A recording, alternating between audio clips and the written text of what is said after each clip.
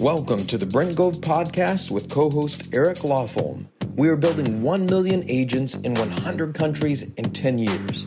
Now, here's your host, Brent Gove. And hello, everyone. Welcome back to the big show. We're glad you're here. I'm Brent Gove, and my co-host, my illustrious co-host, Mr. Eric Lawfolm. Eric, how you doing today? Hey, Brent, I'm doing fantastic. Excited to be with you and all of our listeners from all over the world. Today, we are talking about momentum. And so share with us your thoughts on momentum. Absolutely. So number one, momentum is how you get everything done in your life. I love this quote, Eric. A journey of 1,000 miles begins with the first step.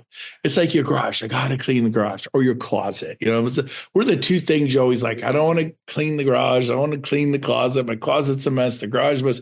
But when you get out there and you move the cars out, you start moving stuff, beginning is the hardest part. But once you kind of get your mojo, once you get into it, you get some momentum. And then all of a sudden, an hour later or 4 hours later, depending on how messy your garage is or your closet, it looks great. You feel great. So just from a perspective of getting things done, starting is half. It's 50% of the job is the first step. It's getting off the couch, onto your feet, into the battle, into the heat, opening that garage door, going upstairs to your master bedroom closet and go, it's you and it's me and you're going down. And you just rip everything out and you put the shirts over here and the pants over here and the jackets over here, and the shoes over there. Why do I talk like this? Because I literally did that today and I feel great. And it creates endorphins. You're like, I'm a beast. What'd you do? You cleaned your messy closet. And Kathy and I had flown to West Palm Beach this weekend, hung out with Tony Robbins and a guy named Pace Morby. If you know Pace, what a great guy. I got to know him. Dr. Oz was there, hung out with Dr. Oz all weekend. Brian McKnight. There were so many cool people there. AJ Gupta, he manages a $300 billion fund. Mark Hyman, he's taken over the RFK, Make America Healthy Again. Mark Hyman is the guy who's going to do it. That's who's working with RFK out of New York. He was there all weekend. The most amazing people in the world were there. I'm super pumped. And so being around people who energize you is important, but more importantly, having momentum in your life energizes you. It creates endorphins. Everything is done with momentum.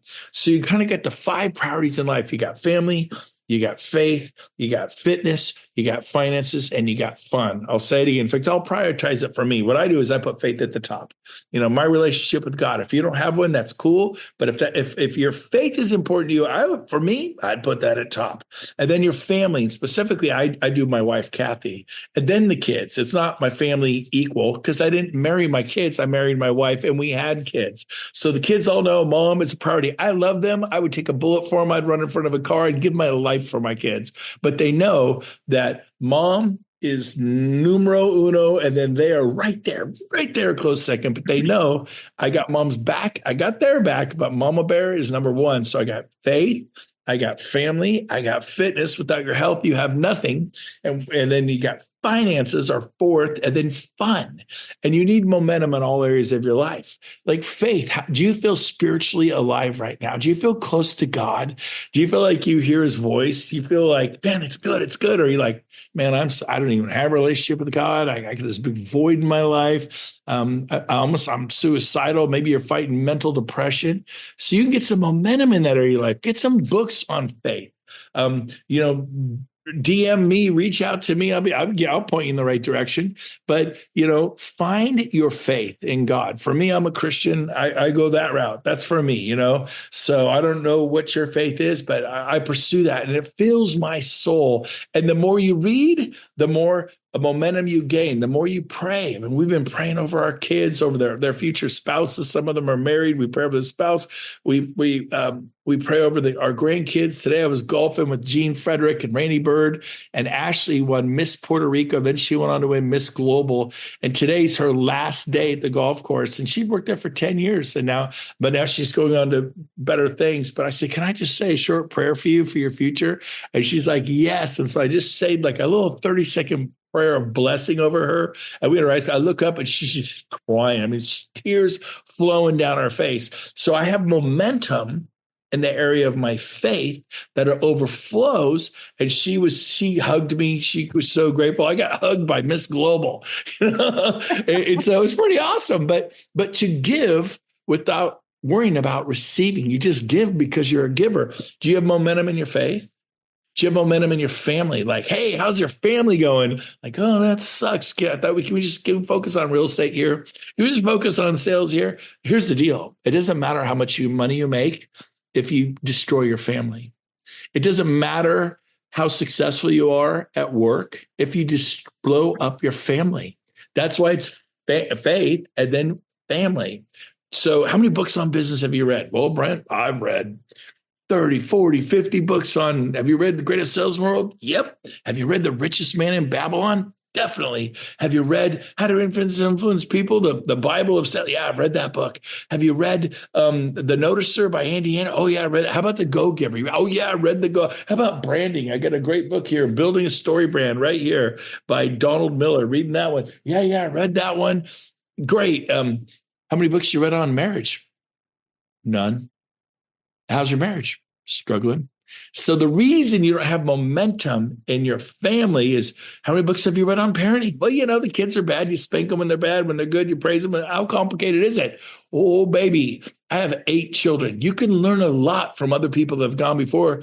And it's called not paying the dumb tax. For those of you that have a 1-year-old, a 2-year-old, a 3-year-old, and you're afraid to go out to dinner because the kids might act up, we learned from an older couple that said, we learned to prepare our kids. Hey, we're going to go into a restaurant. We're going to use our inside voices, and we'd all practice. Let's all practice talking quieter. It revolutionized the Gove family because the kids needed some coaching from mom and dad. We go out to dinner before that. We'd wonder, why are they taking silverware and smashing it on the table? Why are they screaming and yelling? And we're like, oh, shh. Yeah, because we didn't prep them. We didn't coach them. So we started coaching our kids. Okay, we're going to go out to dinner.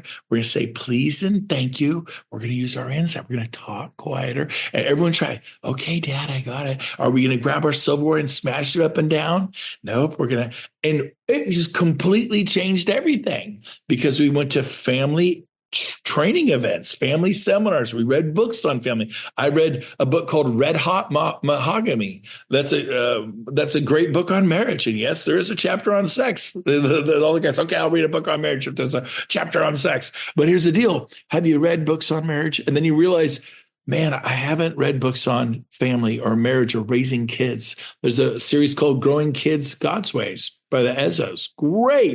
Great series. Have you listened to it? I haven't. And then you wonder why you have no momentum in your faith, no momentum in your family. Maybe you're not happy in your marriage, and the kids, you don't even know how to deal with this 13-year-old or this 15-year-old son or daughter, or the kids are running wild on you, or you're not studying fitness. I just flew to Fiji and spent 19 days. Well, it's easier for you. You've got money. I've always applied myself. I went bankrupt in 1996. I lost everything I owned in 2008, including my personal home. I've had to reinvent myself, but I've always pushed myself to read, to go to events. And then I earned it all back after going bankrupt in 96. I earned it all back after losing everything in 08. And here we are. But now I'm really focused on not paying the dumb tax, which means I'm learning from people who have gone before me in the area of my faith, in the area of my family, in the area of fitness. And I'm learning. I went to Tony Robbins Resort. We studied cellular biology. And I now understand how vital it is to drink water. It's not kind of important. It's like really, really, really, really important. It keeps you from being inflamed. Healthy cells fight cancer. But most of your cells, including mine, you drink 2 or 3 glasses of water today. Yeah, try multiply that by about, 10. You need 20 or 25 glasses of water. Oh, I might pee. Yep. Pee your way to health. You might pee more. You're getting toxins out of your body. But I have momentum in that area of my life right now. It is awesome. Finances. Oh, you're finally talking to us. You're finally back to business. Let's talk about home sales. Let's talk about making money, baby. Let's talk about net income. Let's talk about putting money in the bank. Let's talk about investing with compounding returns. That's great. But if your family blows up and you're completely unhealthy and you have no faith in God. I met one guy, good family, multi-millionaire. I was with him last week, and 3 years ago, he tried to take his life. And Wow. he's very public about it. He's from Poland, a gentleman from Poland, probably 50 years old. He's ran 9 Ironmans. He looks like an Ironman. He was chiseled, dressed out of GQ magazine, and he's totally into mental health right now because he tried to take his life 2 years ago. He goes, I've got all the cars, I've got the homes, I have money. I think he owns 2,000 apartments.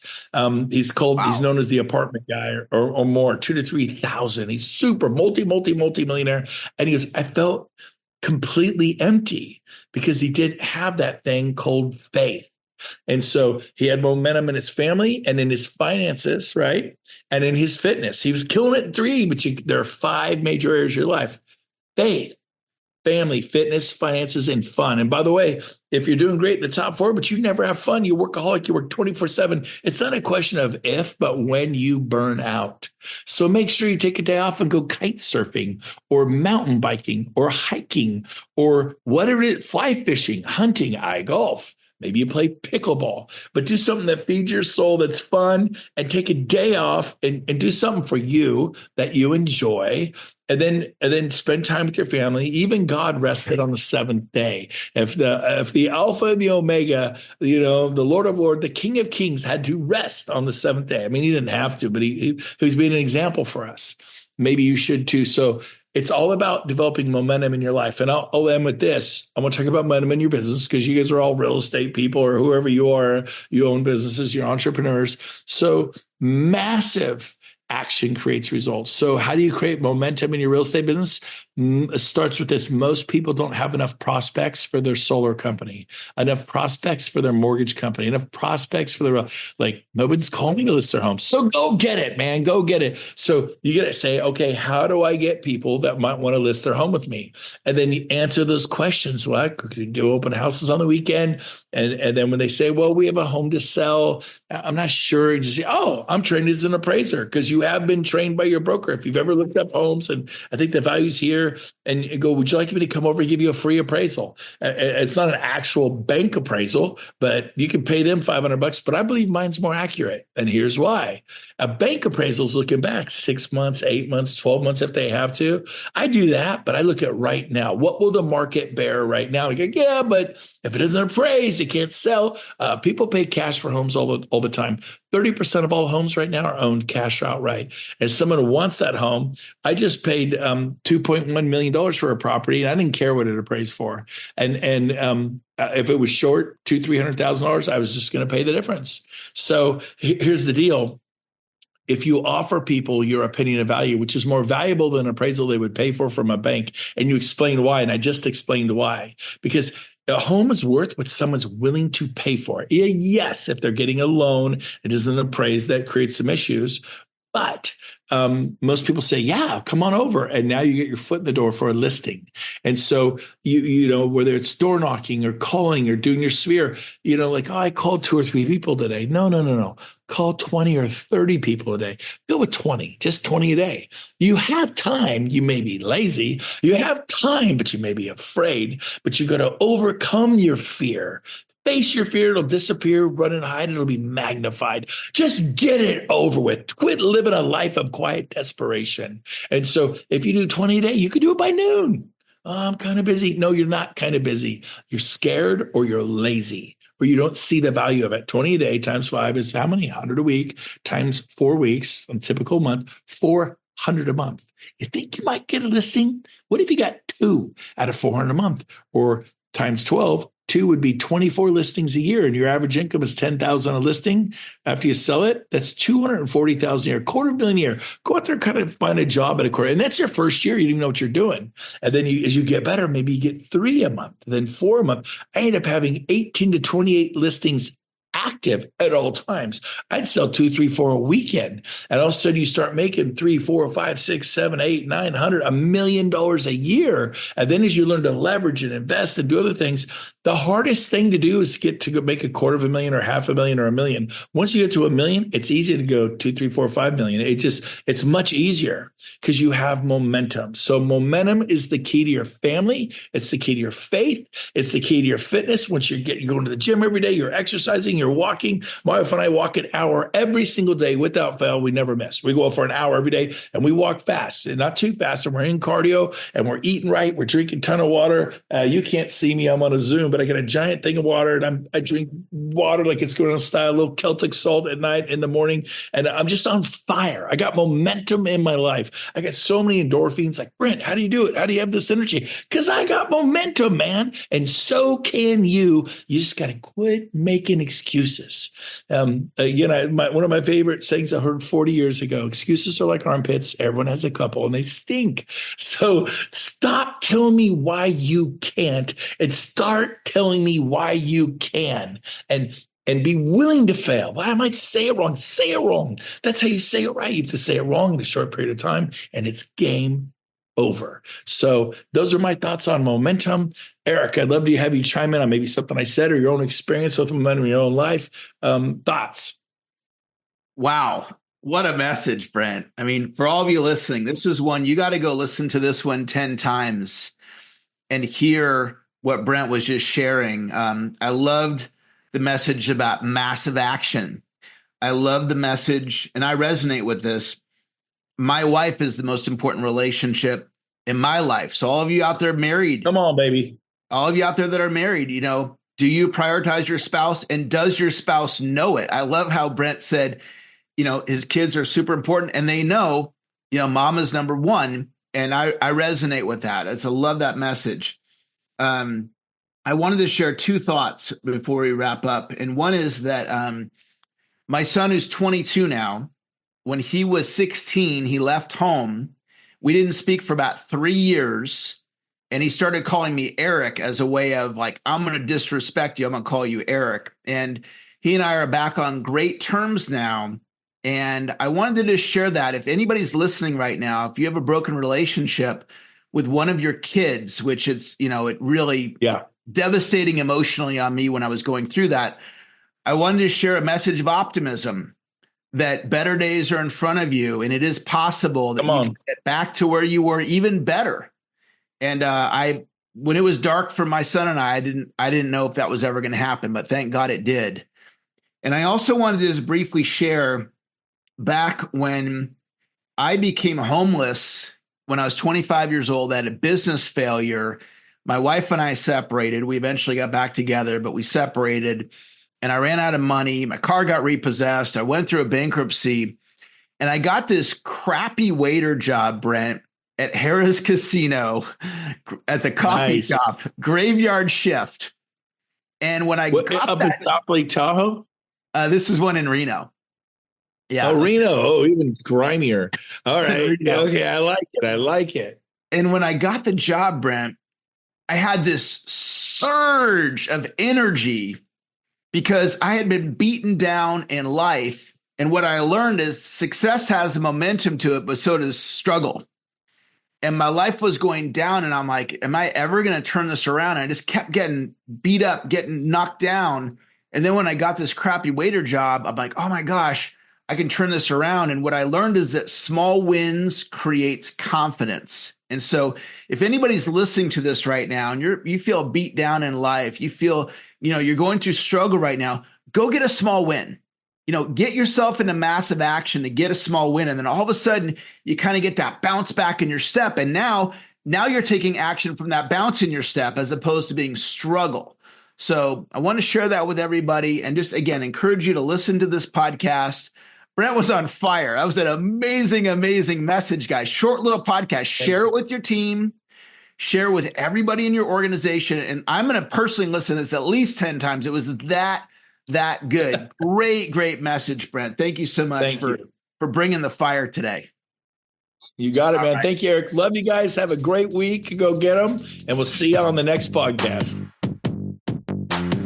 Okay, so here's the deal. We have incredible information, video content on my YouTube channel. Go over there and make sure you subscribe. And it's vital that you ring the bell. If you ring that bell every time I put out new content, it's actually going to notify you, and you can get the latest and greatest of what's happening at EXP. Now, don't forget to like me on Facebook, so you can also get that content And then follow me on Instagram. We're hitting everybody high, low, and in between. We're trying to get the information out there so you can build big businesses, revenue share organizations. So go to YouTube right now. Please subscribe and ring that bell. Like me on Facebook and follow me on Instagram. We'll see you out there.